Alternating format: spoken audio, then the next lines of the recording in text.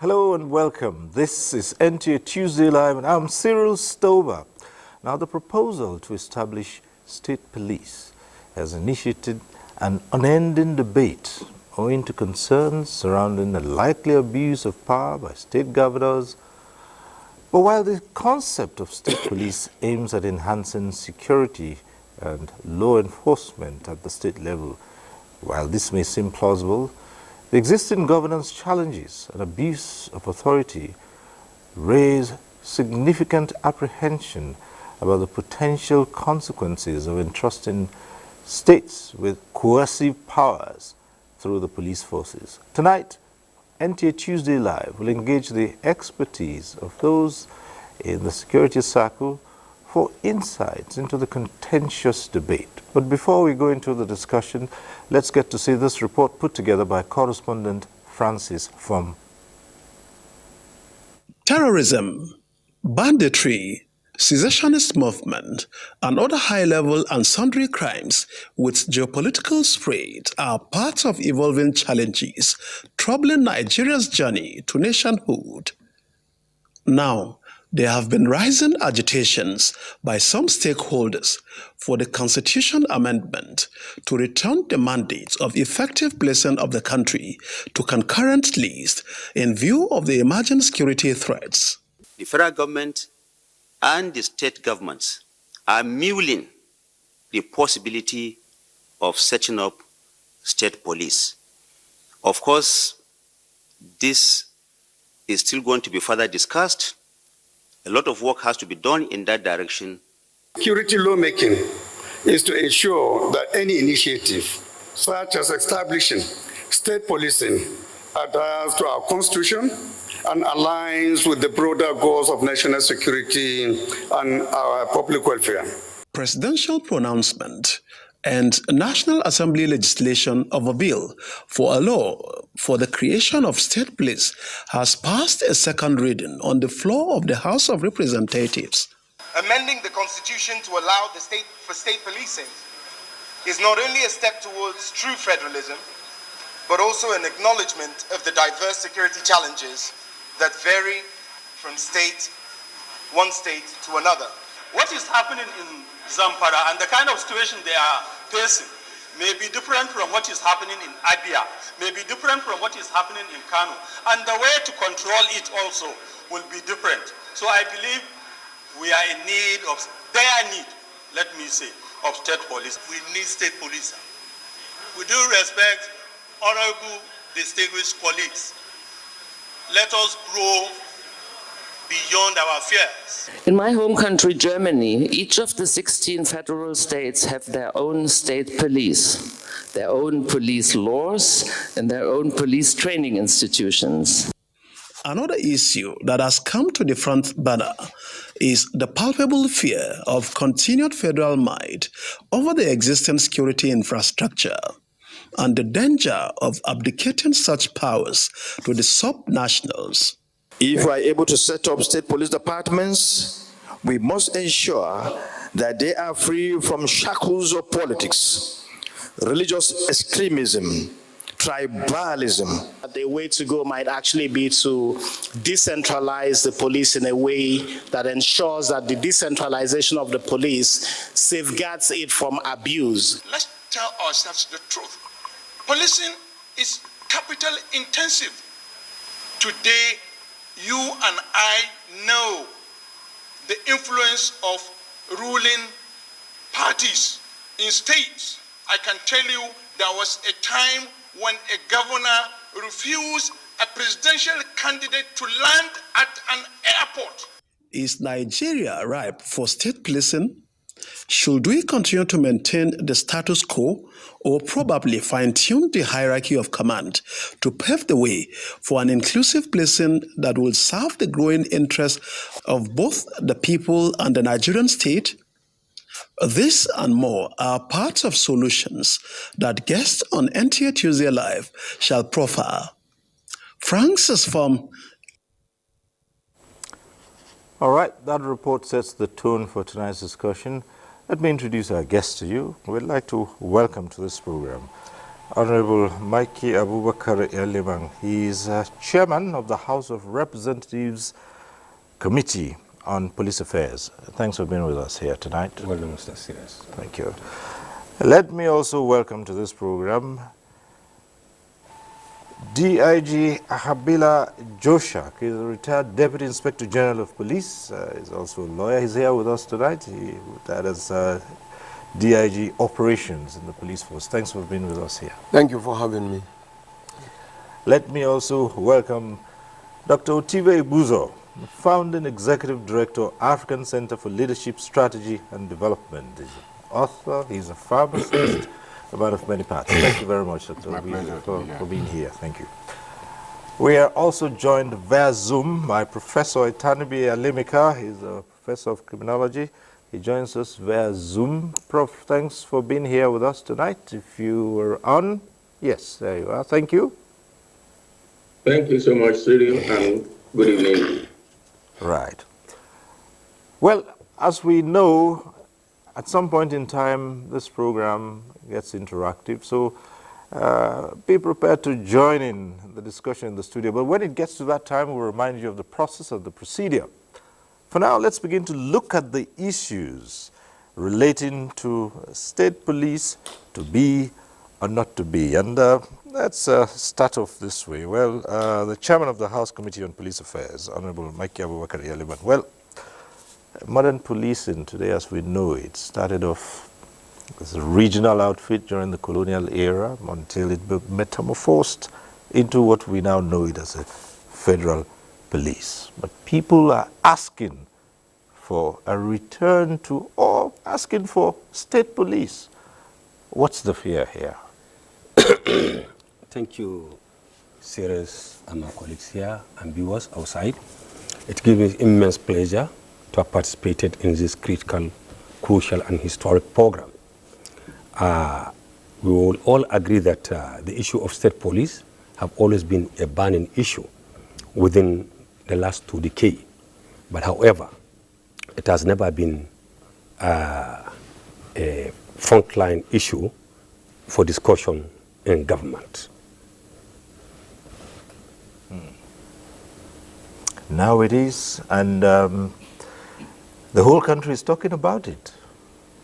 Yeah, of course, if you could recall vividly, on 22nd of April, we have a retreat in the former Sheraton Hotel where the Right Honorable Speaker engaged almost all the stakeholders, including the traditional rulers, clergies, academicians, and senior citizens of this country, where they came out, everybody speak on this issue of national security and state police.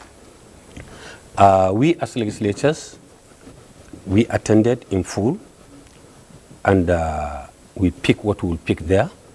We take it as a feedback, and we are still synchronizing what we gathered from there. Okay, well, fine enough. And the debate still continues. We'll see just how far that goes and what happens. But let's come to DIG Habila Joshak to ask your views on the subject matter. State police, to be or not to be? Thank you. You will realize that recently our leaders that have ruled this country, years back. I've thrown out that debate and have also put it very, very clearly that the way to go is the state police. And you can't fault them because there are a lot of issues that has resulted into people thinking of doing it a different way in ensuring that the police are put in a perception, in where they will stop some of the things that are happening.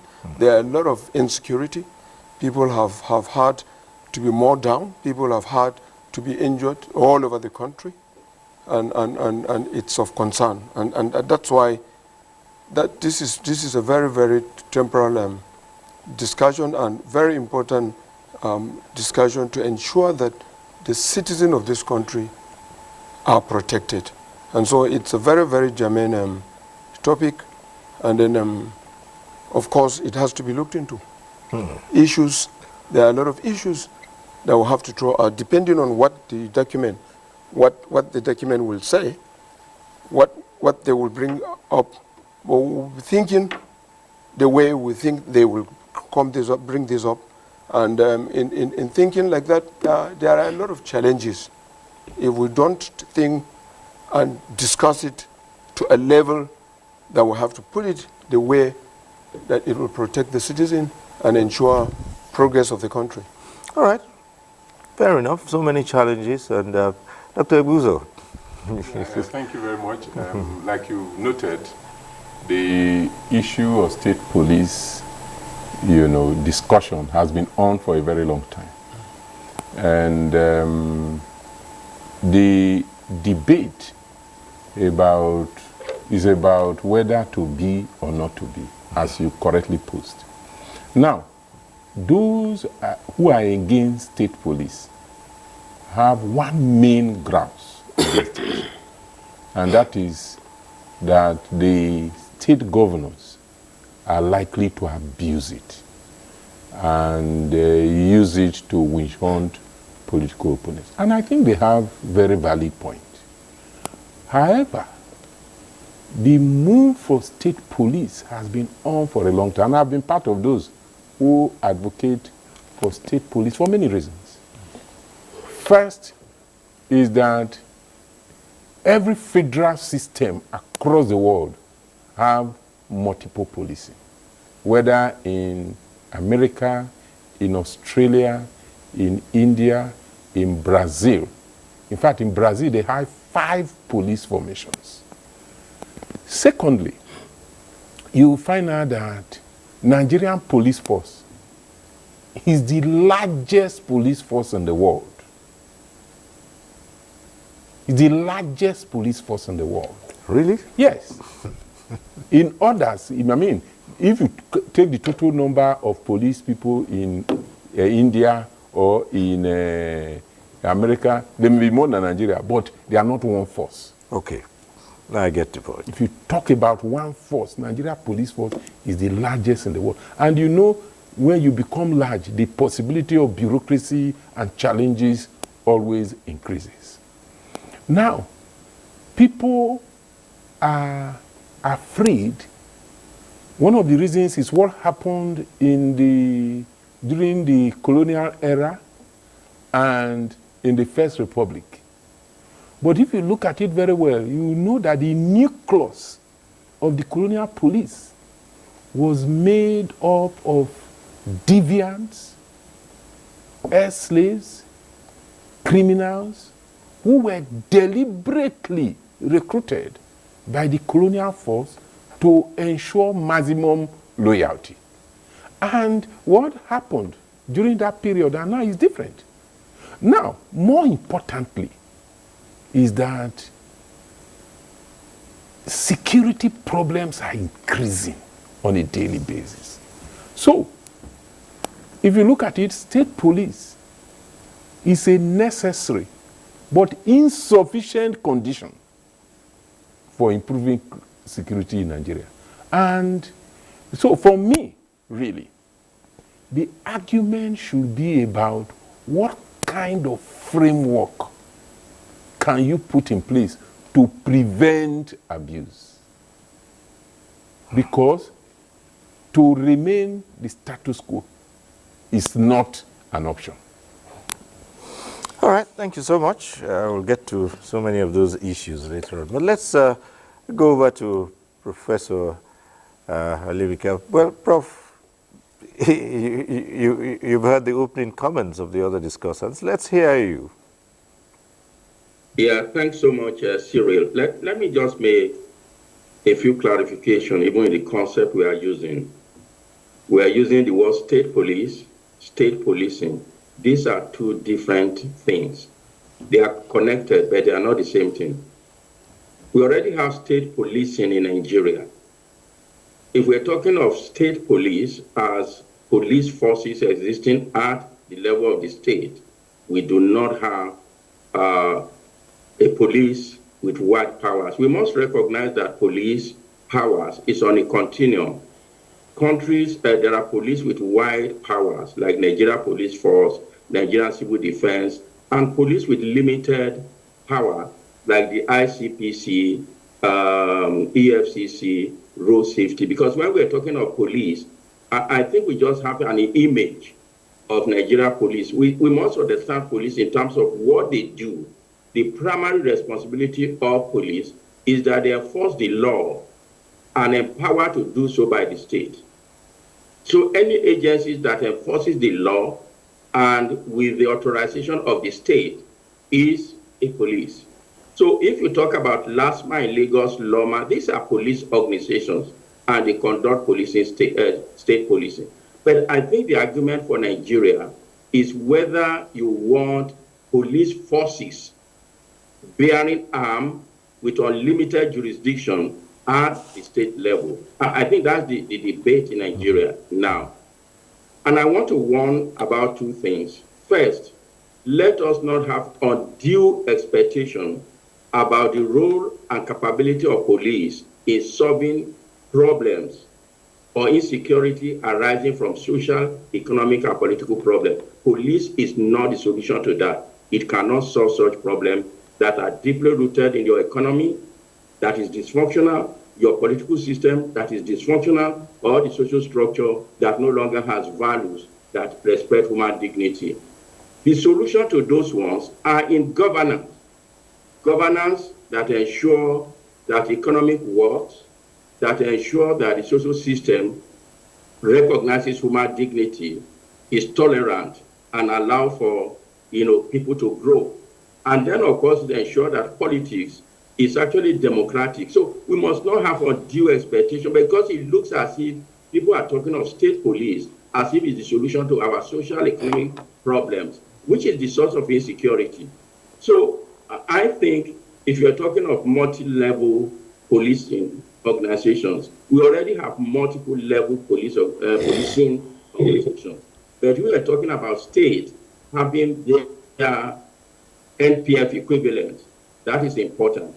Let me just say that in terms of number, police has one of the highest police population ratio, in which case we do not have enough police officers, whether at the federal or at the local level.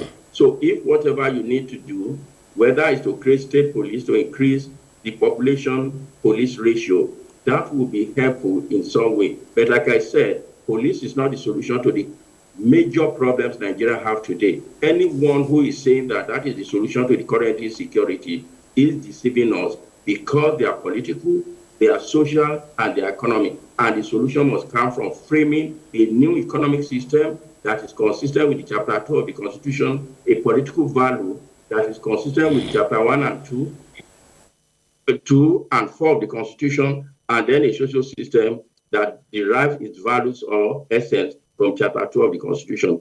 Police simply enforces the social order that exists.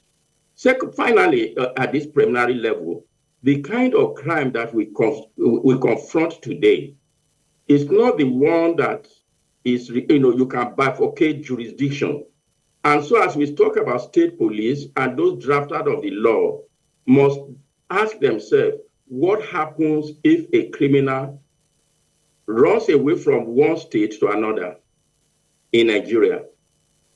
I think those are the issues that must also be considered in the drafting of the whole thing. What trend has occurred across the world? And let me say this from a theoretical perspective of what we know in criminology. As Dr. Otive says, every federal system has multiple police systems.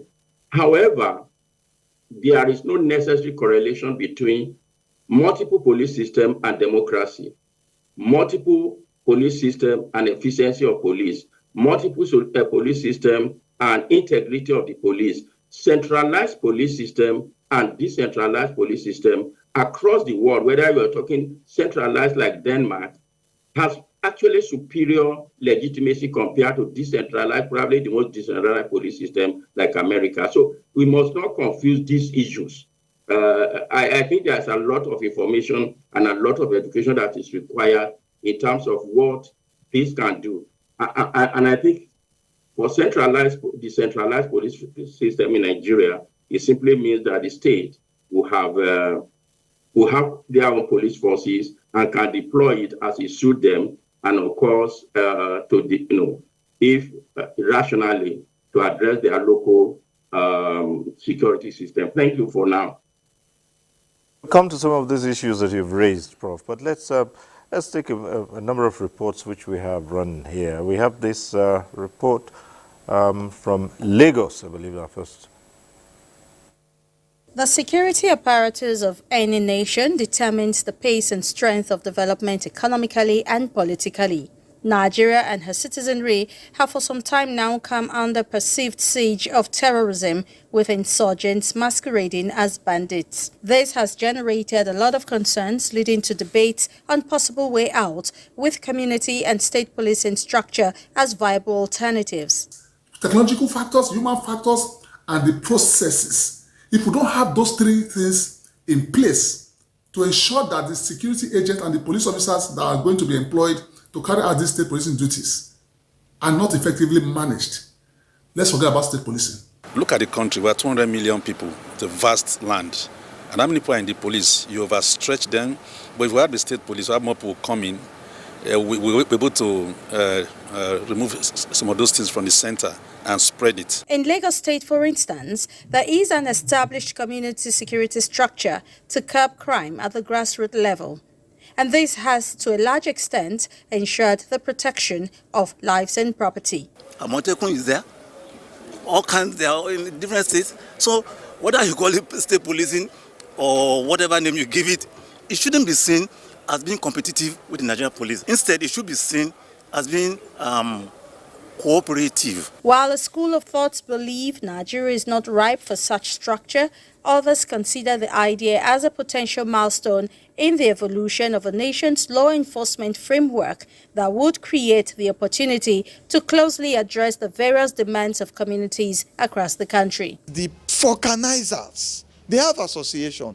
Plumbers, they have association. And these are people that enter your premises, artisans, carpenters. If you harness these communities together, they will be able to tell you what they see. Funding, possible misuse and misapplication of laws are some of the flaws envisaged in operating a state policing system in the country. Like the governor trying to use the police to the detriment of his political opponents, that can be avoided.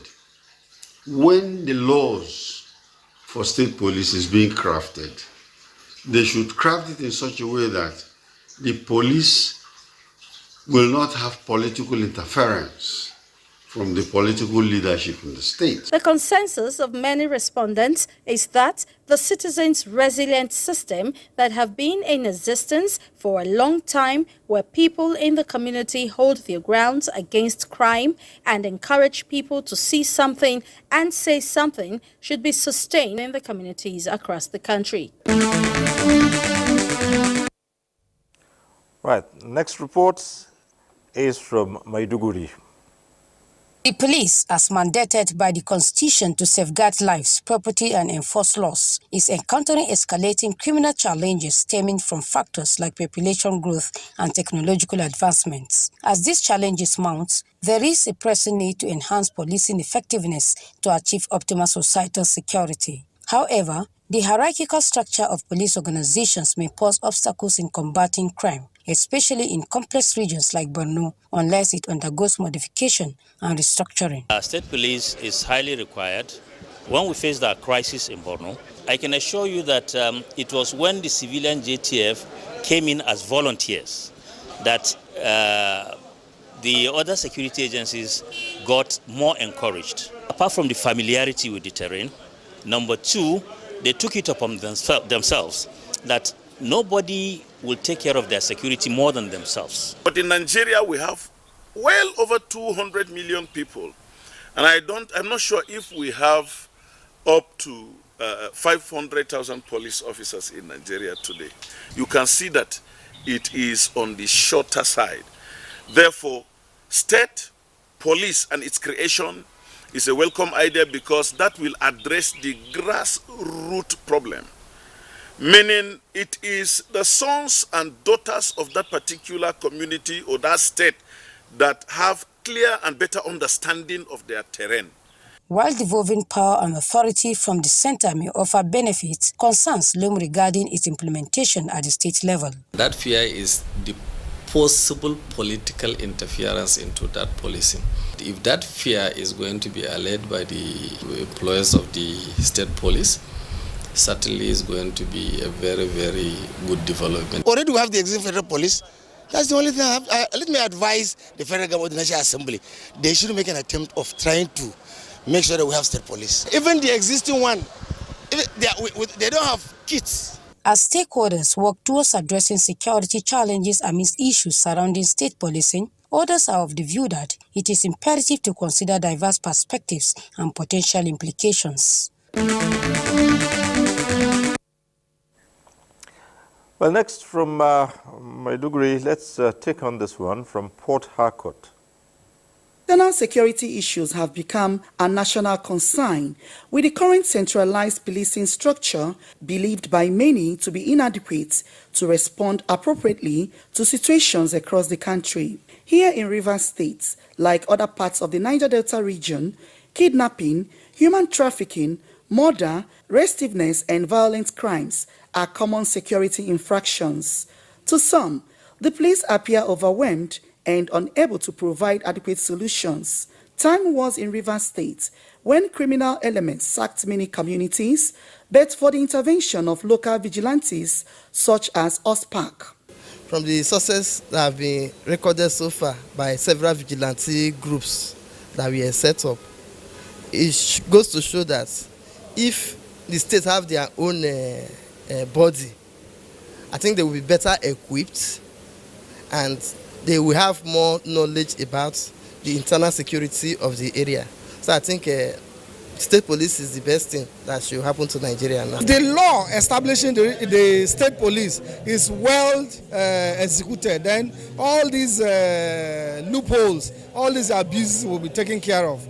But it is not because there are some few elements who does not want the security of our land that will completely abandon it. As we make progress, we'll be making amends and the law until it will become perfect. The challenge of the police force today is they are understaffed. They are understaffed. One, they are not properly funded. So or I would even better suggest, if the constitution should be reviewed, in such a way that the states should contribute to the funding of the police. Proponents who admit the possibilities of abuse of state police want proper definition of the duties and boundaries of operations of the proposed state police officers, as is in the case of federal and state high courts. In my view, the same arms that the federal police will carry should also be given to, because you're combating the same human being. You're combating the same human being. That is what I feel. They should not limit them with the level of arms they should carry. It should be the same thing, but just that the first operation should be limited. I think there should be laws governing the establishment of state police. And there should be laws governing how their powers are to be exercised. Like the Nigerian police, we have the Police Act governing how they exercise their powers and how it should be used, where their jurisdiction lies. So I think that should be the same case for state police. Analysts believe this model of using local people in policing their localities come with advantages and should be upgraded by the state as institutions for crime prevention and control. All right, back here in the studio, let's return to the chairman of the House Committee on Police Affairs now. One of the arguments of those who push for a state police force is that when it comes to knowing the terrain, intelligence gathering, it is always better to have someone who is indigenous to an area, and they would know how to traverse that part, much more than, say, when you take someone from Lagos and send them to Jigawa, where they might not know a thing about the terrain, they might not even speak the language, and therefore they'll be at a loss as to how to operate. What do you say? You see, it was before people are thinking in a different way. What I mean is issue of insecurity, it become uniqueness for all the states. Each state has its own nature of its own insecurity. So fair to say, like Lagos, they have Ametakun. You talk of Kano, they have Hisba. Zamfara, they have their on top of this thing. And even of recent here in Nasarawa. So it becomes necessary for us to look into it critically, and our own role as a legislatures, we need to play a vital role. A vital role in the sense that this is an issue that affects our constitution. We need to follow it. Even I'm impressed for me having here. I will learn from my colleagues that are here. I will gather what I pick from here to go and add with what I pick in our retreat to see that at least we did the needful. What Nigerians need is what we are there for. Well, DIG, one of the things against this structure of a federal police, the Nigeria police force, is that in the states they operate, it takes a long time when there are certain issues that commands, because of the hierarchy, the structure, commands only come from the center, by which time the valuable time is lost. For instance, they say, how do you call a state governor the chief security officer of the state, yet he has no control to ask for a deployment in a particular way as to positively impact on insecurity in the state? He has to wait for someone from Abuja to do that, and by the time this chain goes on, we've lost vital grounds.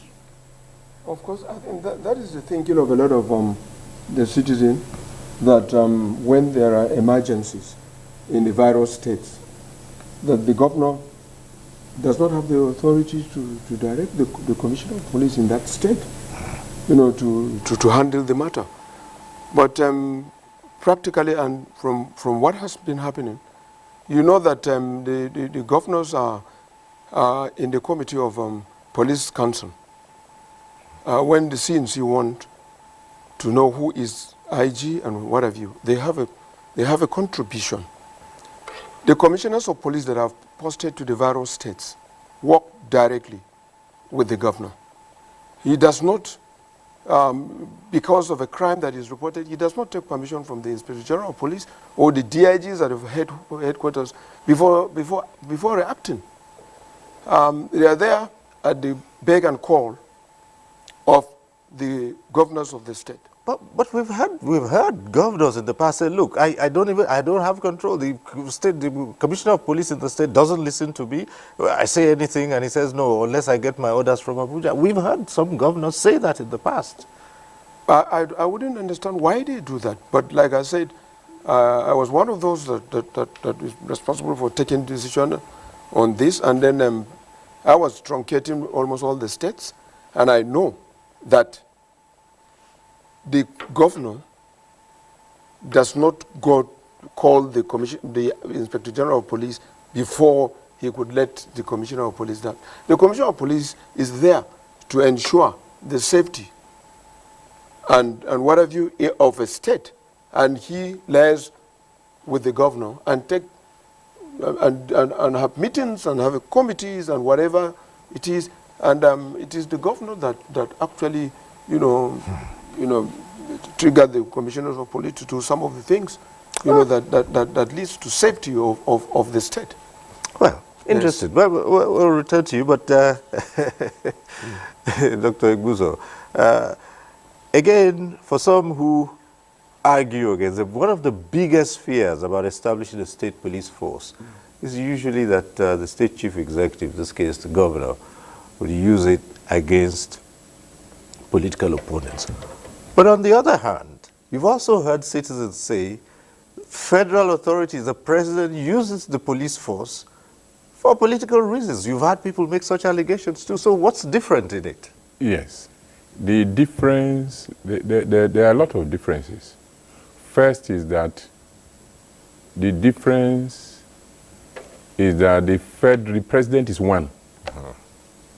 You will have 36 governors. So the impact will be more. And like DIG correctly stated, the reality, the practice in the states is that the commissioner of police works very closely with the governor and actually takes directive from governors. But when the directive is questionable, it is then they have to get clearance from the IG. And those who are afraid of misuse by the governor is legitimate fear. It is legitimate fear because we are in this country. We've seen how local government elections are conducted, where even in states where one party barely won the election at the governorship level, when it reaches the local government election, they will just write name without, consideration whatsoever. Well, some explain it. They call it the bandwagon effect. No. Some say, well, if you have Party A ruling the state, then at some point, everyone would say it's better to belong to one than to we are all many. Here. We witness it. We see it is not possible, theoretically and practically speaking, in a state where the two parties are neck to neck for all the chairmen to be from one party, all the councillors to be from one party. We know that even in some states, they don't say that, Siri got this vote, DIG got this vote. They just declare the name of the winner without any record.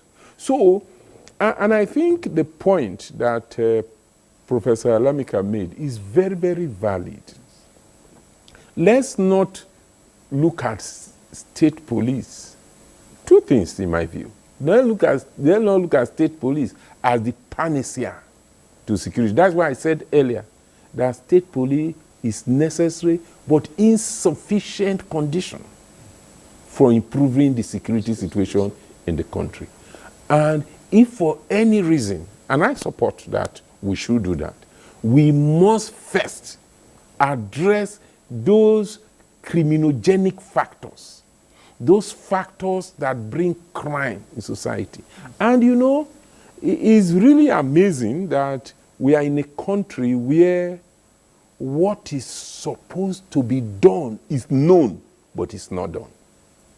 Take policing, for instance. Everywhere in the world, it has been proven that the best way is through community policing, neighborhood watch, or vigilante. If not for vigilante, in this country, you know, there will have been complete breakdown of law and order. But what is the, and you see, when politicians are campaigning, they will talk about changing the security architecture. So, but, you know, that's why some people say they campaign in poetry and govern in prose. We know today that everywhere in the world, if you want to improve security, you talk about number, you talk about training, you talk about equipment, you talk about ICT, modern ways of determining. We are in a country today. You know, it's so, whether you bring state police or not, today, if somebody steals your car and you have a way and you track it, the police, the way they are today, they can track the car and determine it. But if you don't have money to follow up, nothing will happen. So there are many challenges that are facing us. Intelligence gathering, you know, all of this. Over 20 years ago, we said there will be community policing. But how is it operationalized? There was a year where we did budget analysis of allocations to police stations.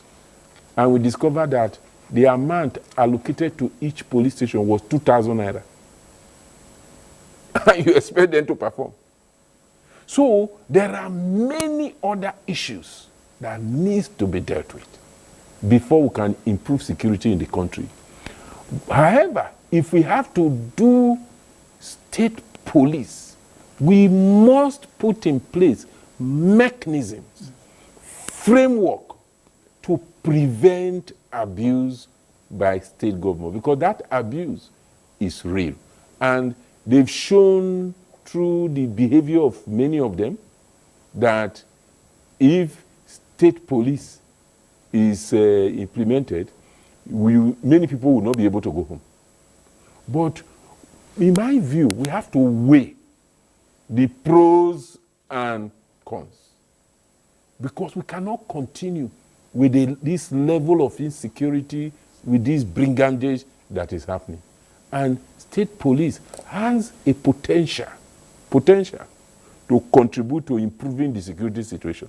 But the framework for it happening must be put in place. Other factors that are causing crime in society, including executive lawlessness.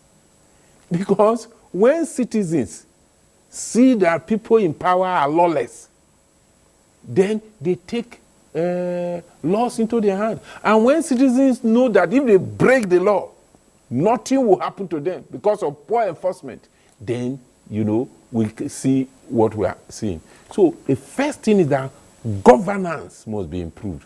You know, today, even at the highest level of government will make a law, the National Assembly will make a law, and government will refuse to implement it. There's one particular law in this country that was made in 2007, Public Procurement Act, you know, which provided for the establishment of a public procurement council. That law has been breached from Yaradua to Goodluck Jonathan, from Goodluck Jonathan to Buhari, and from Buhari to Bola Ahmed Tinubu. And is likely to go into... You can't run a society like that and expect security and good behavior.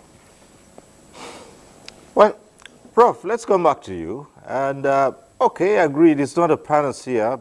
State police force is not what will, you know, with like a magic wand, wipe away all our security challenges. But there are arguments that this is one of the ways to bring down the level of crime and criminality in society.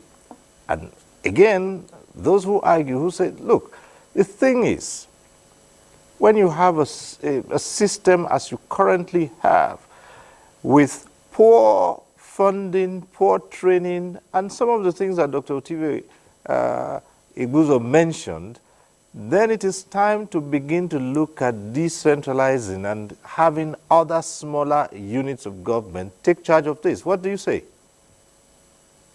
Well, thank you again. I'm very happy for the intervention of Habila and Otive. With respect to DIG Habila, to correct this statement that these governors make all over the place, that they have no control over command in their state. And as been said, this is not true in reality. But even constitutionally, look at section 215. What section 215 of the Constitution says is that the state governor may give directive to the commissioner of police, which he must carry out. However, when the legality of that order is in dispute, he will refer it to the Inspector General of Police for advice or for directive. So if there are complaints, it will imply that majority of the request or the request of the governor are illegal and so because these are the kinds of repeated falsehood in the public place that we get from bad governance from the state government. The second thing, I think also Otive had come out in a very elaborate way about what is it that are the causes of criminality. It is not police ineffectiveness. Why do I say that? Police react to situations most of the time after they have occurred. So what are the causes of insecurity? It is not whether there is a police at the center or police at the state level. It is, from what we know in criminology, documented over centuries. It starts basically from family, for example. If family no longer able to socialize people appropriately so that they can conform to the dominant values of society, you're beginning to create some future insecurity, instability of the family, the inability of the family to discharge the function of socialization. That goes on to also the character of traditional and religious values and activities. If these don't reinforce order, they don't reinforce peace, then of course you have insecurity. When it comes to the individual level, you are talking about when people have no employment, when people cannot access education, when they cannot access healthcare, when their life is meaningless, they are very likely to commit crime. So the solution must be based on what causes insecurity. For example, we know that inequality is one of the reasons that create collective violence, whether ethnic, religious, in a society. So when talking about the police may survey, it may, some people might be able to restrain themselves because of the police presence. That is one, if you're talking about the preventive role of the police, is if they are around, many people will not commit crime. But how many police do you require to do that? That means almost every citizen will have an ADC of a police, so that it becomes. But if you were properly guided by your family, properly guided by your religious and traditional norms, you don't require police. Many of us are not thieves, not because we think police will catch us, but we know that our parents will feel ashamed, our community will feel ashamed. These are the things we are losing, and these are the solution to insecurity, and not what we are. That is not to say, as Otibe say, that police as organization in a country is not useful. And that is why you find in countries like in what we call Scandinavian countries, or Nordic countries like Denmark, Finland, Norway, Sweden, those countries, police actually do less of law enforcement and provide social services. Because the environment is such that people are not committing crime, they're looking for assistance to get to the hospital, assistance to find their dog. And that's what the police are doing in those countries. So basically, our insecurity is rooted in economic, political, and social dysfunctions, which ultimately we must focus on. I think this is a distraction. I'm not against whether you have a police.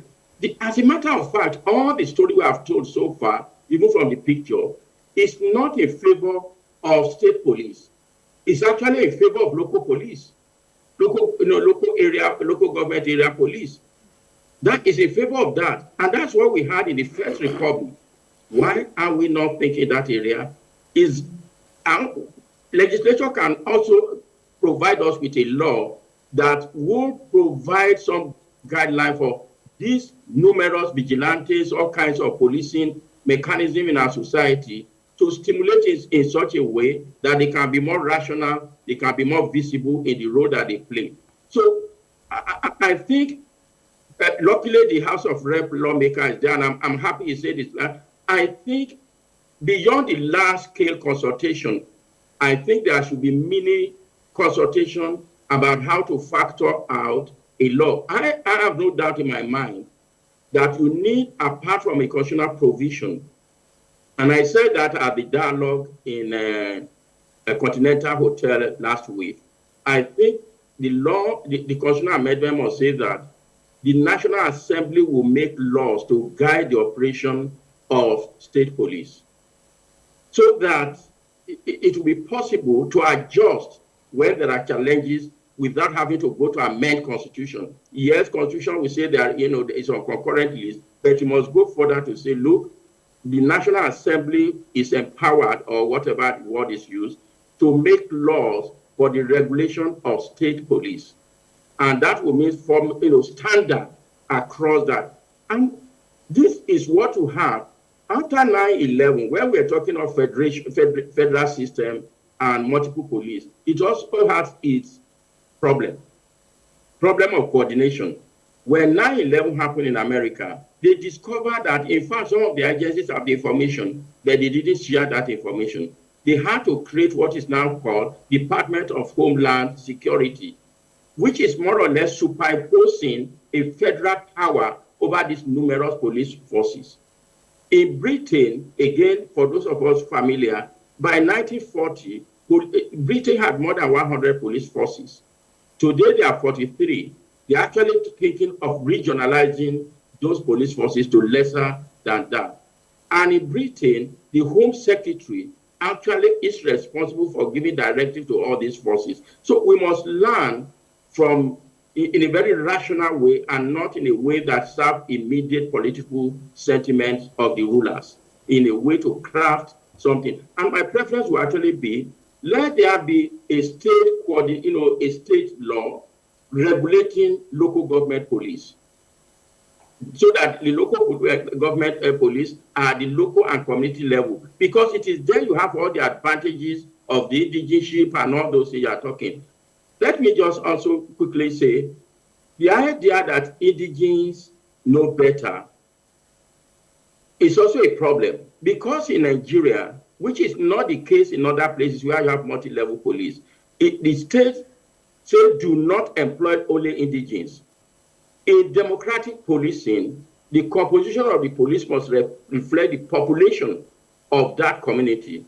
Take, for example, that means Kaduna, for example, if you had 30% Hausa, 20% Fulani, 10% Yoruba, 20% Igbo, the police must reflect this proportion in their employment. That is not what we're doing at state employment for now. And that is the one basic fundamental requirement of the concept of democratic policing, because that is participation, that is inclusion. The whole reform of police that have been done since 1960s in the US to bring down the oppression of the black is actually to bring more women and more black people into the police forces as solving that problem. Let me ask this question to all of us. Why is the Nigeria police force unable to serve Nigeria in the way we want? Is it because it's central, or is it because it's ill-equipped? I have served on police reform committee, announced in 2006, and about 3 other ones had been. Otsivi was in the Police Service Commission, and I think he had laid out the basic problem. You can have all the police forces. If you don't equip them, they are ordinary citizens. So the Nigerian police force has failed, not principally because it is central, principally because it is not equipped to effectively police, either in terms of recruitment, screening, the whole process and structure is not being equipped. So state police is going to go that way. Why our primary school has fallen in standard? Why? The whole of the North used to have one Ministry of Education. We now have 19 Ministries of Education. They cannot supervise good education in each of the states. Why has healthcare in the state collapsed? Yet we have more Ministry of Health than we had in the First Republic. Why is it, as Otivi says, a political party that is in power wins all the election? Let's not deceive ourselves. We must learn from history in crafting laws. The executive governor, as they call themselves, incidentally, I don't think the word executive, that adjective is in the Constitution. The governor in most states emasculate the judiciary, has emasculated the legislature, who's emasculated this. What other provision are we going to have that it will not emasculate the police? We must learn from our history. We must learn from our experience. And this is where I think we should not just, it's not a matter of faith. It's a matter of concrete empirical evidence of what we have today. That we have not built, in spite of the Constitution, effective control over the behavior of governors and their capability in the state in emasculating institutions of democracy. Well, thank you very much, Prof. And the issues are multiple, and there are so many others we'll look into. But at this point in time, we'll take a short break. When we return, there will be more questions raised about the desirability or otherwise of state police force. And at that time, our phone lines will be open. It means that you can join in the conversation and also proffer some solutions to the high level of insecurity and other matters arising therefrom. So stay with us at NTA Tuesday Live. We'll be back shortly. Vision Talk Show. Well, thanks for staying with us. And this segment, of course, is when it gets interactive. The numbers to call will be on your screen. You can call in with a question or comment on the issues at stake. Let me say this as we do every Tuesday. If you're calling in tonight and your call gets through to the studio, do us a favor, turn down the volume of your TV set. And that's the way to avoid the hurlback or the echo. And we also encourage those calling in to keep their comments or questions as brief as possible and straight to the point. We ask you not to worry too much about the greetings. Just a simple hello, and just air your views, raise whatever issues you might, and our guests here would address them appropriately. So we ask you to keep those calls coming through. We start off now with another of our reports. This one is from Enugu. Transition to democracy in 1999 marked a turning point for the Nigerian police force, with the new constitution marking the Nigerian police federal institution and prohibiting the formation of state or local police bodies. However, the widespread and rise in violent crimes ranging from kidnappings, assassinations, and banditry, among other criminal activities, has forced the federal authority to consider restructuring and expanding police services in the country to include state policing. The issue of state police comes into being because we believe that it will improve security at the local level, because state police will understand the terrain, the culture, and the language of the respective states that make up the country. The proposed legislation towards the moves envisages a transformative shift in Nigeria's policing architecture, advocating the decentralization of policing powers by transferring the police item from exclusive legislation list to the concurrent list. This strategic amendment seeks to empower states to establish and manage their police forces. Security experts in Enugu State say that expanding the police force through state policing will fundamentally reframe the architecture and focus on the mandates for efficiency in crime management and prevention, thereby addressing the security challenges that threaten the nation's collective safety. The fears we have concern, the abuse of power. But that obtainment of that abuse of power should not stop us from being, pragmatic. Should not stop us from being fair to ourselves. Look at the level of insecurity in the country now. Other key players are of the view that state policing promises a more adaptive and responsive approach to security. It will reduce the burden on the national Nigerian police force, because now the burden is so much that they don't even have enough police. About 400,000 police officers serving the entire 200 plus million Nigerians. That is not quite efficient. So I believe that state police will create employment and of course improve security at the local level. Established in 1861, the police force had its roots in regionalism until it was nationalized in the 1960s after the military coup of January 1966.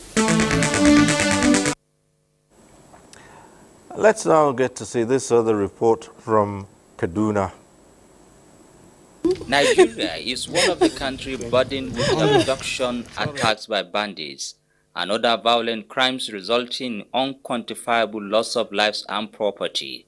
This worrisome situation necessitated the calls for the establishment of a multi-level policing system, including state police, as a panacea to curtail the excesses of these criminal elements in the country. There are the 98% possibility of, if you create a state police, a sitting governor of the state might decide to use that police, which are 100% under his control, against his political opponents. By the time you give state police to these governors, we are in trouble, we are in danger in Nigeria. If it is election, they will lose selection, and those they selected are the ones that will win election. With the way Nigerian governors, some of them are behaving like warlord. By the time we make the mistake of creating state police, any opposition politician in a state that his party is not controlling is in for a big shocker. The argument for establishing state police in Nigeria primarily stems from the centralized nature of the Nigerian police force, which some security experts and analysts perceive as grossly inadequate to address the security challenges bedeviling the diverse regions in the country. Every state have a structure that they call security outfit in different names, approved by the State House of Assembly. But even with that structure that they're having, that is approved by the State House of Assembly, yet there's no security in the state. You will see vehicles, but most of them are just there for show. Some don't have tires, some don't have engines, some don't have batteries. How do you function? When you have CCTV everywhere, when you have equipped police system, when you have police that are properly managed, they have good salary, they maintain their family, their children go to school well, the job will be done properly. All right, now we have seen those reports. The calls are already coming in. We have a first caller on the line, calling from Ilori. Murtala calling from Ilori. Hello, go ahead.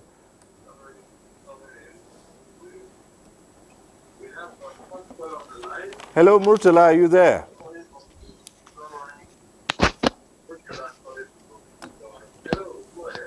Good evening, sir. Good evening. Go ahead. Yeah, I'm here. I'm here. Can you hear me? Yes, go ahead. We're waiting to hear from you. Go ahead. Yeah. The prof have said it all. The prof that spoke, he has spoken well. He has said it all. The insecurity in Nigeria it is not the fault of police. It is not the police force that caused the insecurity. Something caused that insecurity. We in 80s, 70s, the insecurity was not like this. What were we doing right then that we are not doing right now? That's the question we should ask ourselves. The fundamental problem of this insecurity is from home. It's from our religion body. The insecurity religion bodies are, bringing to this our society today is enormous. Our government are not regulating religion bodies.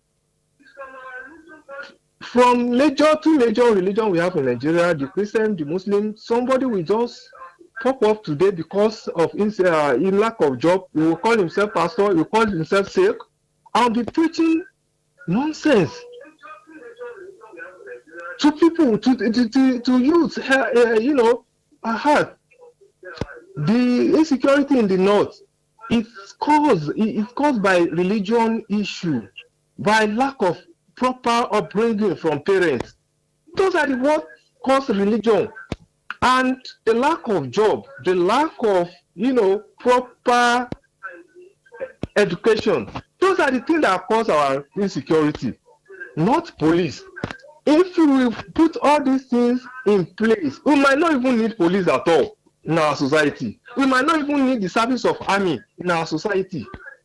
So let's get our family right. Let's government monitor the issue of family. Let's our upbringing, the upbringing of the children. Let's be right. Let the religion body, let government regulate religion body. It's not just for anybody to just come out, I call himself pastor, call himself a sheikh, and started preaching nonsense to the hearing of youth.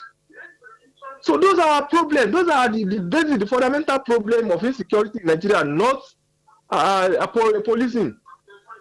If we create state police today, our government, it is 99% sure that our government will misuse state police.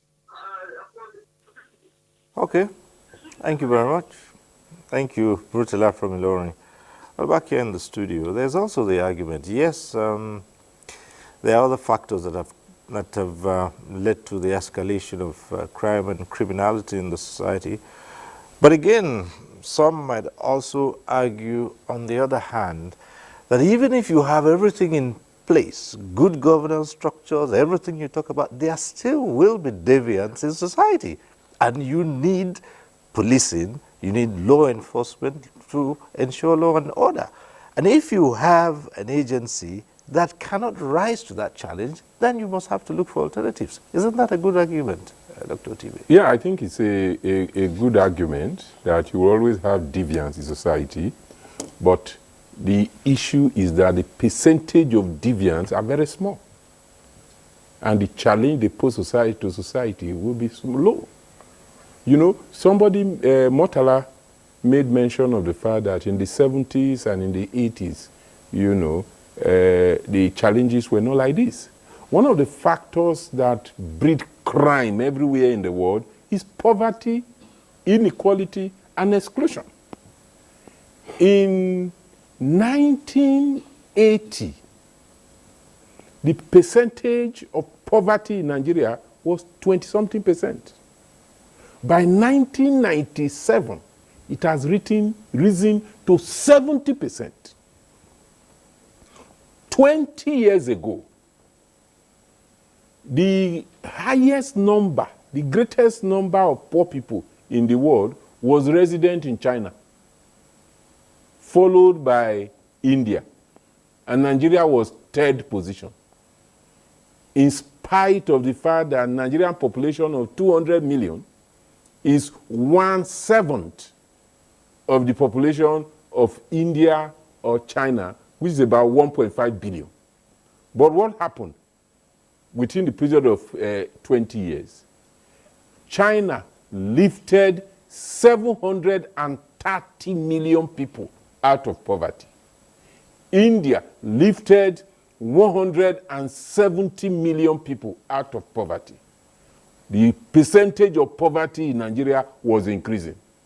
That is why today despite the fact that Nigerian population is a fraction of India and China, Nigeria hosts the largest number of poor people in the world. That in itself is a criminogenic factor. So the issue is that those explanations are legitimate, but the bigger issue is the issue of governance. And, you know, during the interlude, one of the former leaders advised that the young people should bring their talents and brains to solve problems. Part of the problem of Nigeria is that there is no system for filtering policy ideas. The brains and ideas are in the country, but there is no system for filtering policy ideas to do into government. Because what you see is that Nigeria is one of the few countries in the world where the government has no think tank, the ruling party has no think tank, the opposition party think tank is in comatose. So Nigeria is one of the few countries where the political leader is also the philosopher. So there is insecurity in Nigeria. Governors of northern region will hold a meeting, a workshop in a day, and then proffer solution. You cannot solve the problem with the ideas that generated that problem.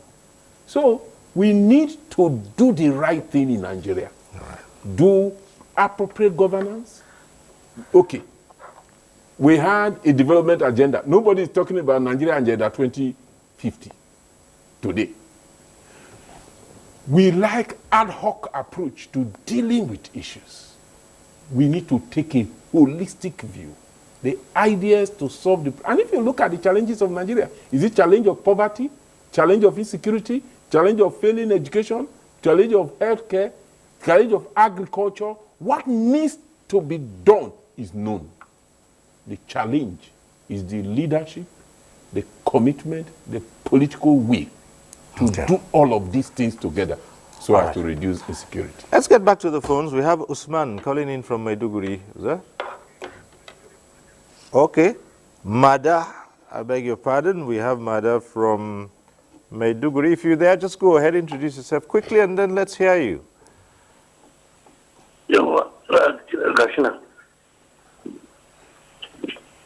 Hello? Hello, go ahead. Hello? Yes, go ahead. We're listening. Hello? If this is Mada from Hello, good Maiduguri... evening, Cyrus. Yes, go ahead. Hello? Hello? If you look at your screen, you'll see your name is right there. It means you're on, so go ahead with a question or comment. Thank you for this wonderful program. I'm very interested and happy to say a word concerning the insecurity and the issue of community policing in Nigeria. Government can never represent a parent, can never train a child. The responsibility of training a child is from our religious institution and our parents. That is the problem of our devaluing of our society. Police are wonderful people. They are wonderful organization. If you go to police station today, you have to bargain with them. You will see bail is free, but you have to pay for it. Even to fuel the car for them to go and bring the suspect. For police to work effectively, we have to checkmate the bad ones that inside the police. People are ex-convicts. Once somebody that is nuisance in the society, the next place you know is for them to enroll into the police. They will give 100,000, 200,000 to enroll into the police. Police can work, can solve the problem of insecurity of this nation. Not that the government is not funding the police. I appreciate what the professor is saying. Government is trying its best. but the corrupt officers that are giving out information to the bad ones. If you give state policing to state governors, I am telling you the security of this nation is going to deteriorate. It's going to be worse.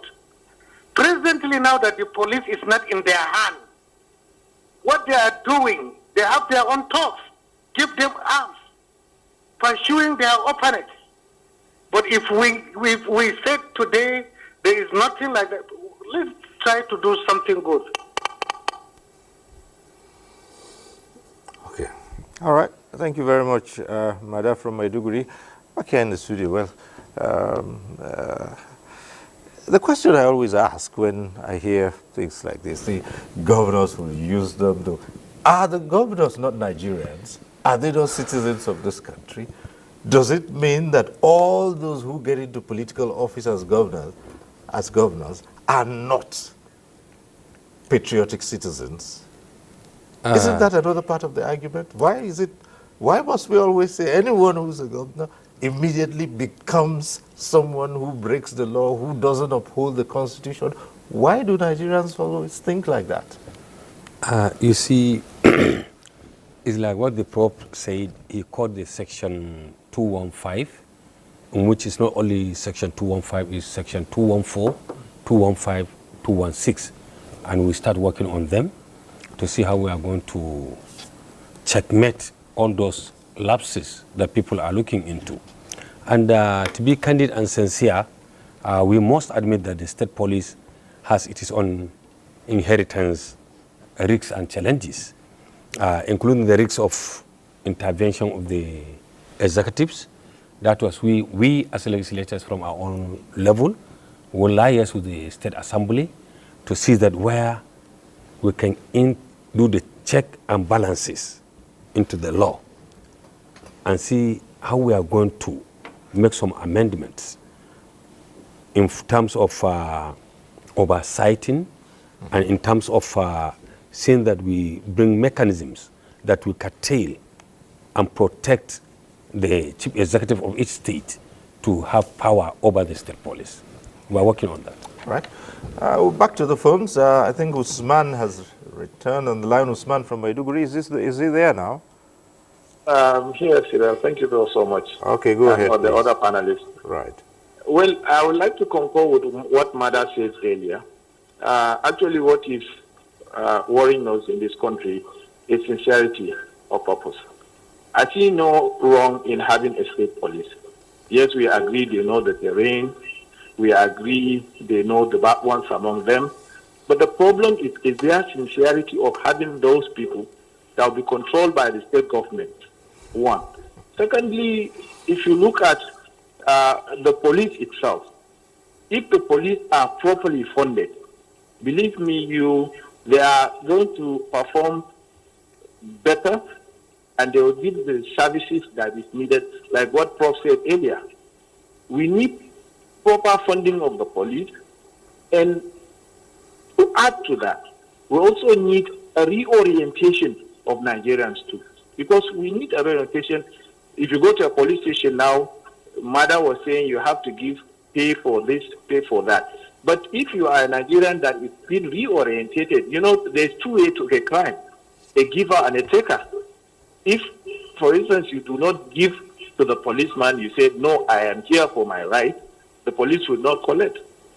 So there is need for reorientation of Nigerians also, if we want policing, community policing, all those to succeed. The problem is not the police, is not the community policing or the state police, but what I feel is Nigerians need a proper reorientation for Nigeria to succeed. To end off, having a state police sometimes is just like having a state INEC conducting a primary election, local government election. So, in two ways to that. Nigeria is a complex country that we need to sit down. The countries have succeeded. If you go to states now, United States, they have their own policies. You have the NYPD, you have the sheriffs in other states like New Mexico. You understand? You have their state police, and they are performing because they are patriotic, and there is sincerity of purpose in what they are doing. So I think the panelists will discuss more on that for Nigerians' success in having a proper security. Thank you. Well, thank you very much. Well, are we to suppose with these arguments back and forth about how people are unpatriotic and how the governors have too many powers and how they abuse the state police? So are we to assume that Nigeria is not a country that can establish police force at the state level and have it work? So are we suggesting by any stretch of the imagination that there is absolutely no one in the political class that does what is right? It isn't so. You will understand that, let us not forget that the police, the Nigerian police, that have been sent out for mission, excel to a point where a lot of congratulatory messages and all of this in the countries they go.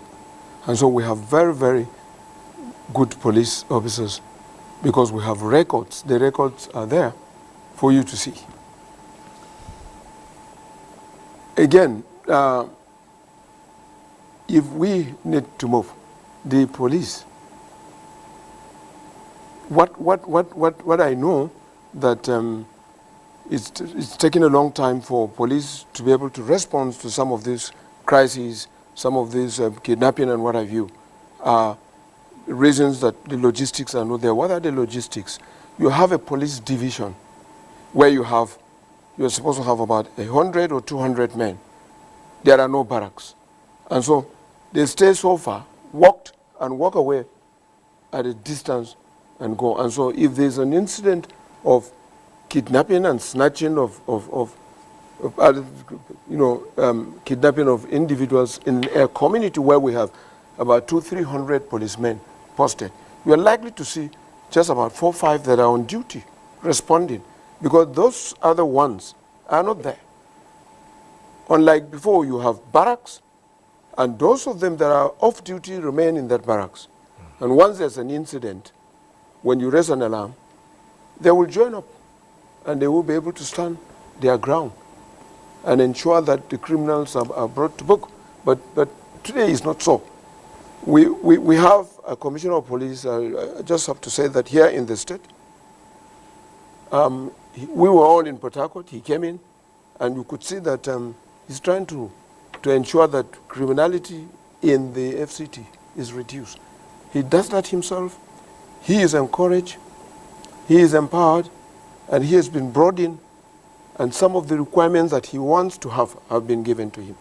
And so you see what he's doing now is that the crime is being reduced. And those who have committed crime, even before his arrival, he has gotten them because there's funding and there's support. And the police officers here are motivated. And that's why we have a lot of change. And so we can take dressing from here. And we can conclude that if we have the police, you build police stations, you build police posts, you build police division, there are no barracks. And so people come to work. You work here in Abuja and you go to Kepi to have a place. And so the few that are left on duty can't do much. Well, Prof, okay, equip the police force, adequate training, logistics. You just heard DIG, the retired DIG, talk about logistics and all that. So provide that support. Wouldn't it be easier to do so at a state level? For instance, many states have assisted, they have provided vehicles and so many other things for the police in the police commands in their state. So wouldn't that even be more if they established their own police forces?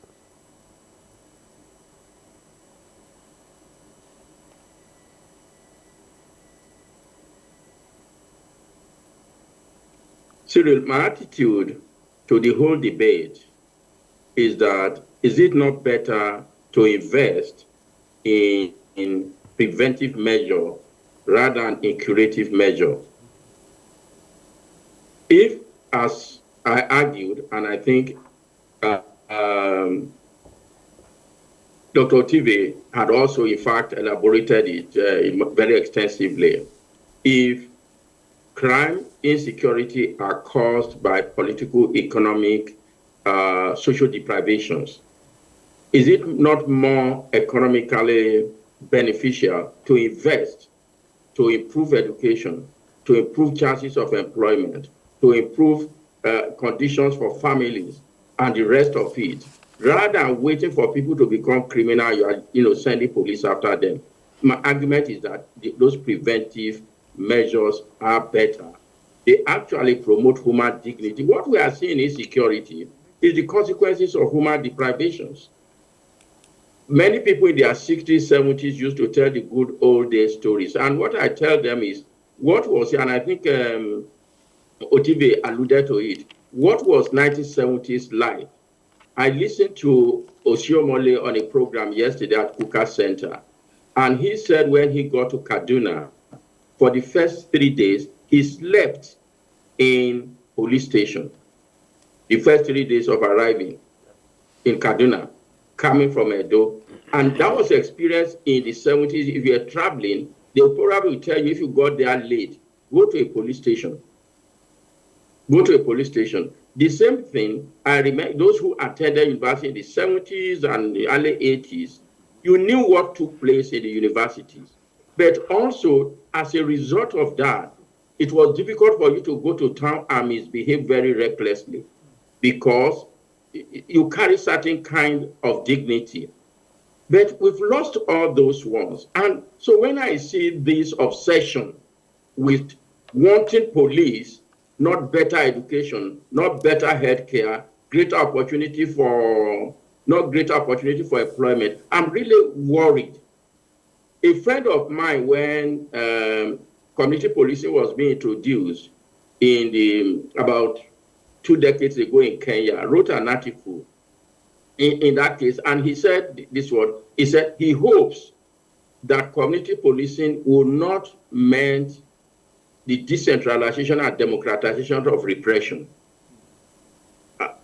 And I think that feeds the debate we are having today. Why suddenly this? Of course, it's not suddenly. And the House of Representatives in the 2000, I can't remember the year, in those 2000 era, actually brought up issue of state police, I think in the first constitutional amendment, conducted a survey, and most Nigerians turned it down, and that is how it did. I'm sure the legislator can actually go back to record and look for that report, and they said, we don't want state police.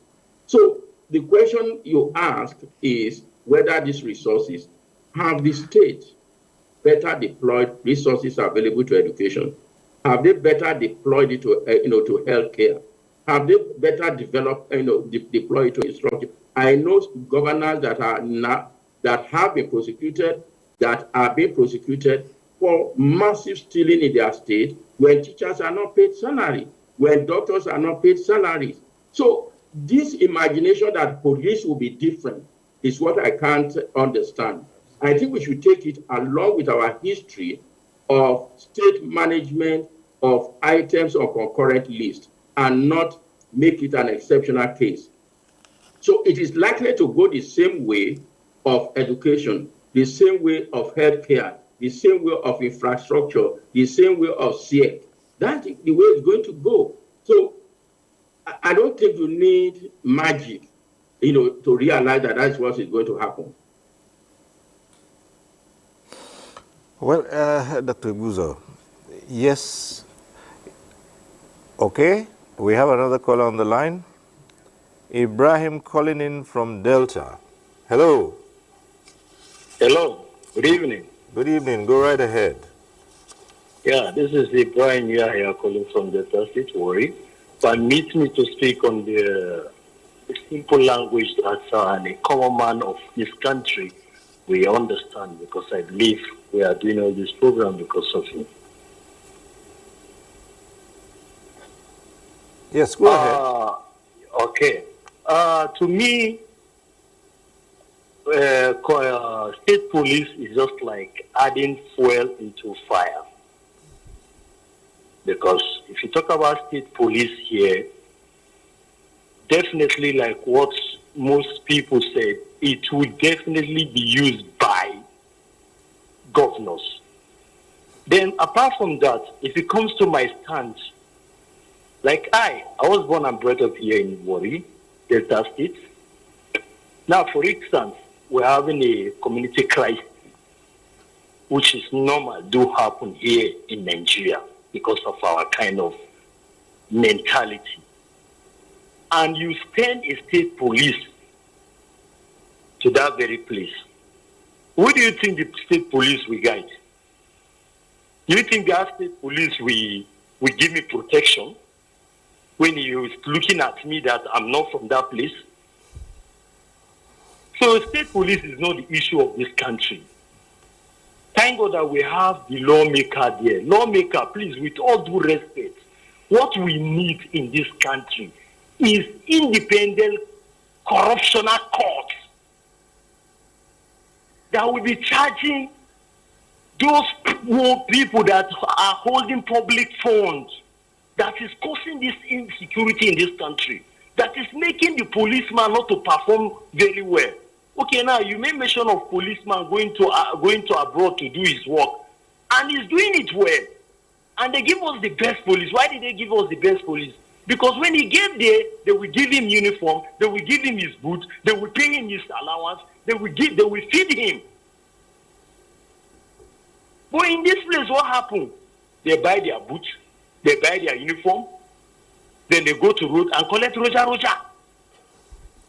So what we need, please, lawmaker, you people should make a law that will give us independent corruptional courts that will be charging those people that are playing with our public funds, and let it have a constitutional backing, strong constitutional backing. And also, if that case is judged in that court, as long as they ring that bell, bam, it's end. No more going to appeal court or Supreme Court. That is what we need in this country, and see whether we will not have any changes in this country. Thank you very much. Well, thank you very much, Ibrahim from Delta. Well, back here, Dr. Ibuzor, yes, people have recalled that the rate of crime many years ago was at a much lower level than now. But even in developed societies of the world, the more you develop a society, then the chances of more sophisticated crime and criminality, I mean, that's what we're witnessing here. Yes, as Prof said, it would be better to invest in preventive measures, but we are at an all-time high at this time. And some measures would be in the short, the medium, and the long term. Turning around some of those things that would prevent addressing particularly the issues of governance would take longer than an immediate step to bring down a situation we have now. So where does all this work into? Yes, you are right that we need to have short, medium, and long term. But one of the diseases that has afflicted Nigeria is short-termism. Always looking at the short term without looking at the medium and the long term. So when you are thinking of doing the short term, you must have the long term in view. And I think that's the point I made earlier. If you look at the development trajectory of Nigeria, you will see that every regime brings its own policy, and then when they struggle, take the Buhari regime, for instance, they came in 2015, and waited for 7.5 years before they did Nigeria Agenda 2050 when they were going. So it took them. That's why you see at times is when somebody leaves office that he understands what you have done, and they become they go to symposium and begin to pontificate on what should be done. So now a new regime is in place. Nobody's talking about Agenda 2050. It's renewed the HOOP agenda, which is a manifesto. It's different from the National Development Plan. That is part of the challenges of short-termism. But you know, many people have raised the issues of values, which is critical. Because no matter what you do, if the values are not there, then there will be challenge. And you also raise the issue of whether are the governors not patriotic? Is it that there is no good? Are there no good Nigerians? Are there no Nigerians? Is there no good politician? In fact, from my own experience, what is sustaining this country everywhere, whether in the media, in civil society, in private sector, in government, or even in the police, is the fact that there are some good Nigerians who insist. I work with the police as a commissioner in Police Service Commission for 5 years. There are police officers who do not take bribe. But if you do the corruption, which is the most corrupt institution, they will choose the police. But there are some individuals who will stay there for 35 years and not collect one single bribe. In the same way, there are politicians. But the challenge is that we don't have a critical mass. They are not in majority. But that is why you see pockets of effectiveness everywhere.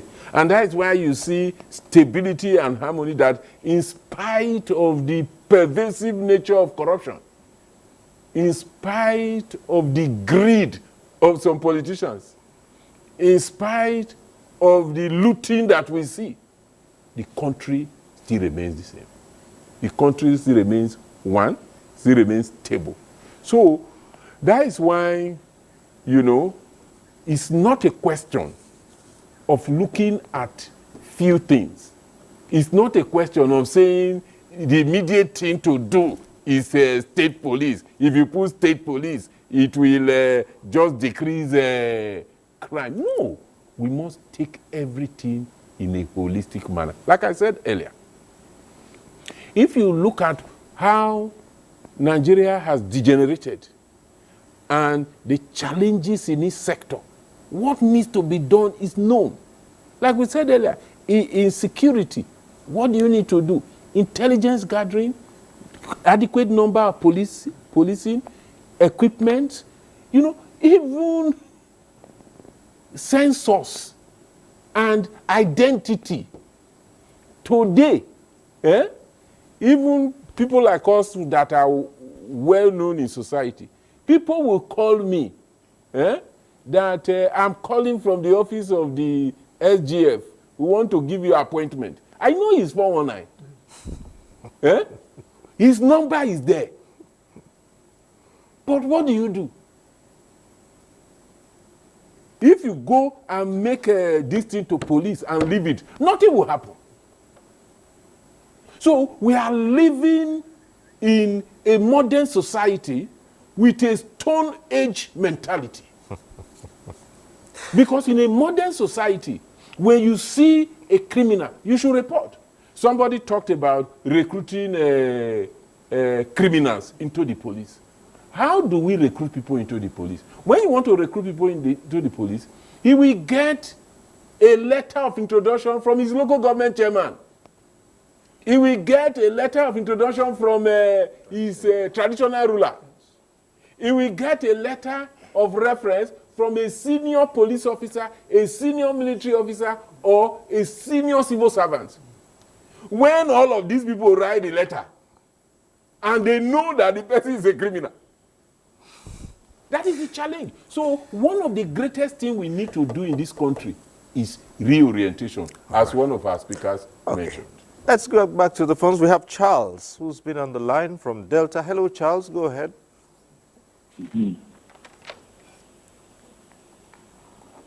Hello, Charles. Are you there?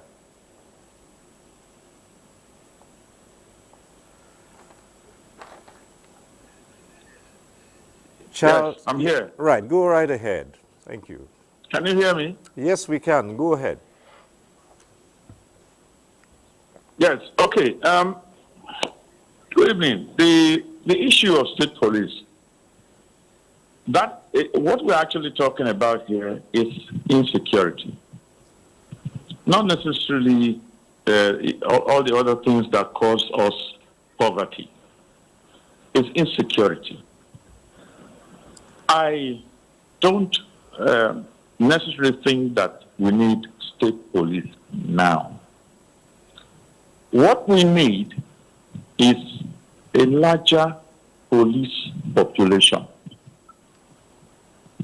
You see, in any country, as recommended by the United Nations, it's supposed to be ideally 200 persons to one policeman. And we had actually recommended that because we are 200 million, we should have 1 million strong police force, not the other paramilitary agencies or not the other security agencies included. We are talking about police, NPF, 1 million men and women, so that one policeman has charge over 200 persons because of our population. But because we have not reached it, we did not attain that, insecurity has taken over the system. Nobody is in charge anymore. So we need to go back and say, good, let us have 100 persons to one policeman in this country.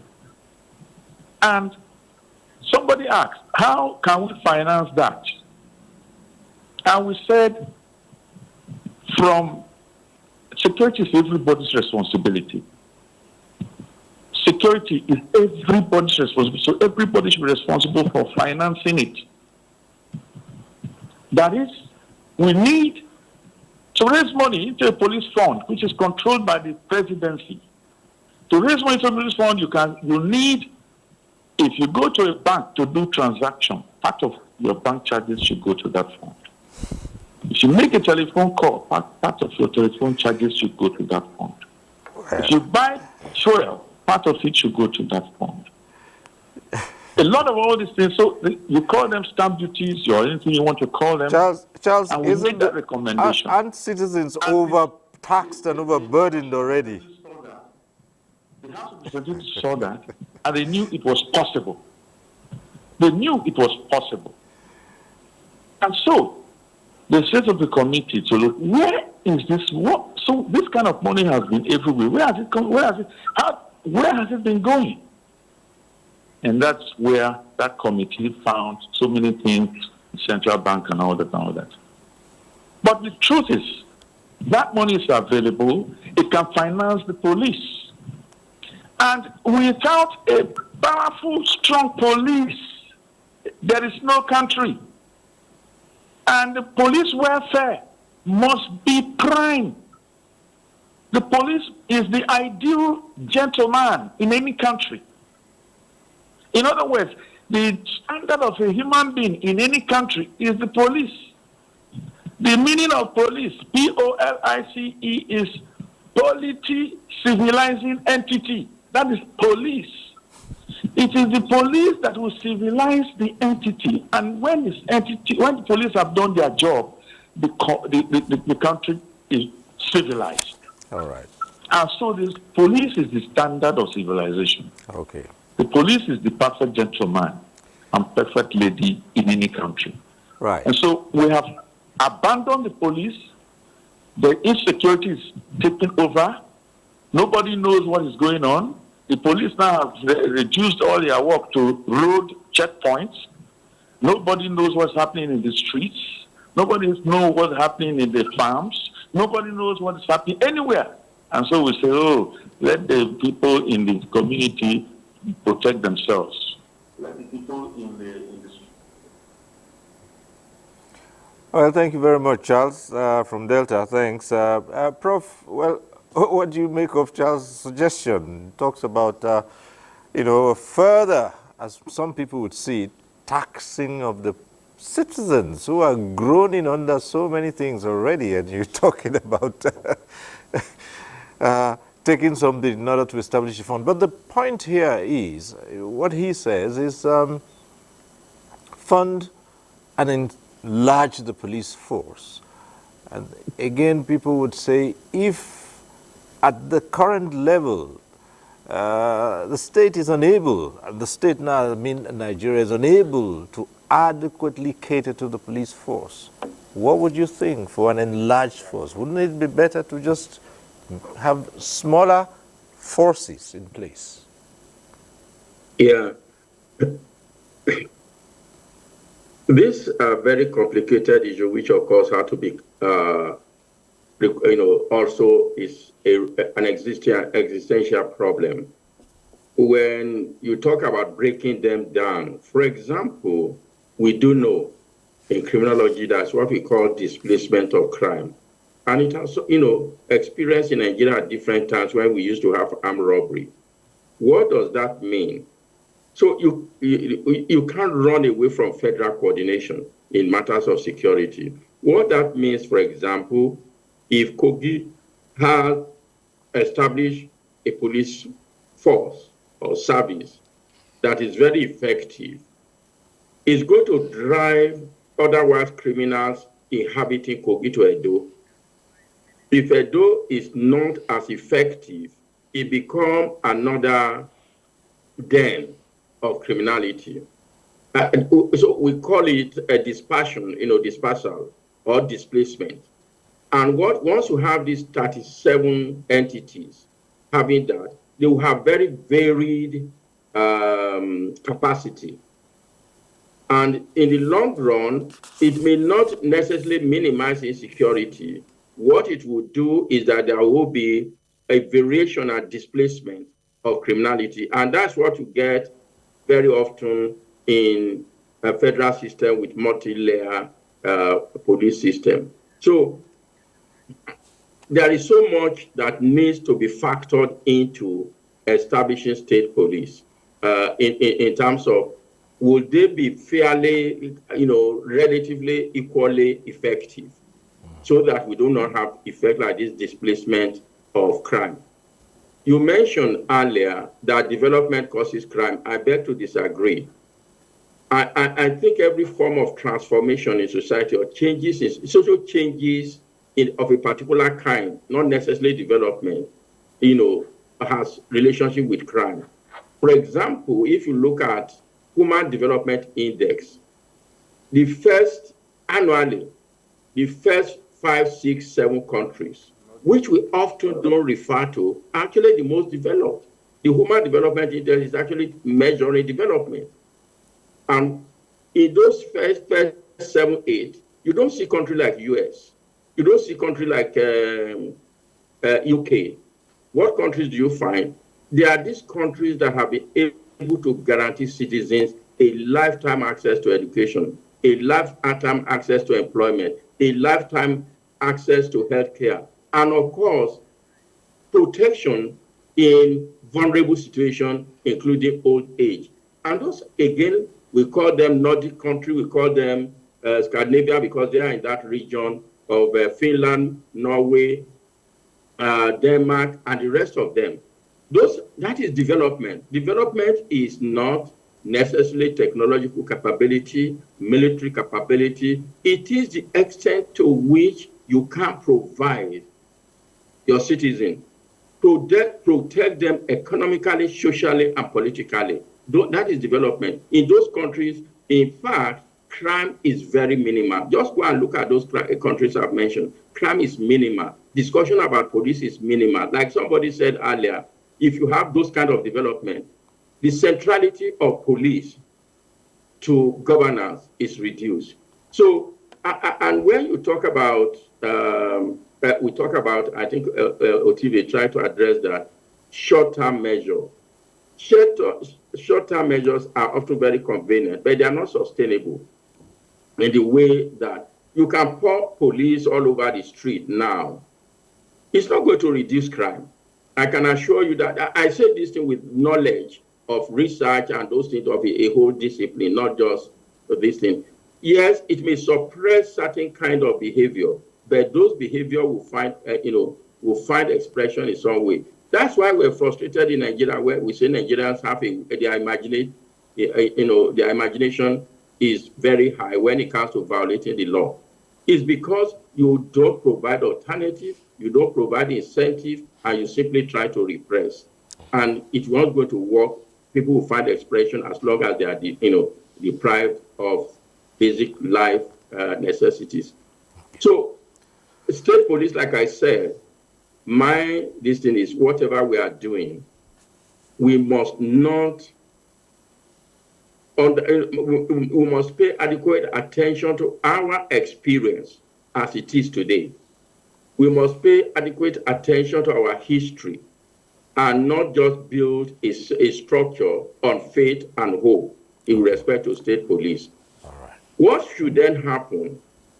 Like I said, maybe actually, because in many of these debates, I've seen people try to copy America. Actually, in America, the local police is more important than the state police.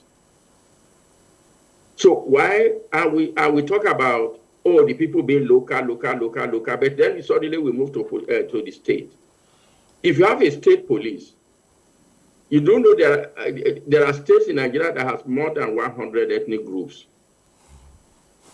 Does it mean that you will post such people to the local government and not across the state? Do they automatically speak the language in those local governments that they are not? It's not their state of origin.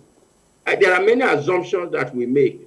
Let's not deceive ourselves. There is a certain level of xenophobia also that is driving this state police argument. All right. People assume, political authority assume that the criminals are outsiders, they are not indigenous to the state. And if we have our state police, we will drive these foreigners who are criminals in our midst. There is an element of xenophobia that is driving, and you see that in the establishment of Amotekun. So we must also understand the body language, the undertone of some of these demand and their increasing popularity. Finally, this argument that the police are total stranger, luckily Otibe is there. Between 30 and 40%, some rough statistics, is that people who serve in state are actually indigenous to that state at the junior level in the Nigeria police. So it's not as if it's a massive deployment of foreigners into our respective state that they don't know the territory. Well, I'd like to thank you very much, Professor Alemika. Unfortunately, we've run out of time here, and we thank you for being part of this discussion tonight. Thank you very much. As always, it's been a delight having you on Tuesday Live. Thank you so much, Prof. Thank you, Cyril. Thank you, Nigerians. Right. And we'd like to come back here and quickly thank our guests here as well.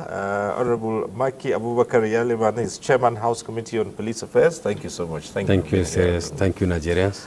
And DIG Hamila Joshak, retired Deputy Inspector General of Police, who headed the Operations Department. We thank you. Thank you so much, sir. Nice. Dr. Otibe Iguzo, it's been a while. You used to be one of our very regulars on this program, but it's good to see you again. Thank you so much for being part of it. Thank you. And thank you for all those who called in for being part of this program. Next week, we'll be back with the NTA Tuesday Live. I'm Cyril Stover. Bye for now.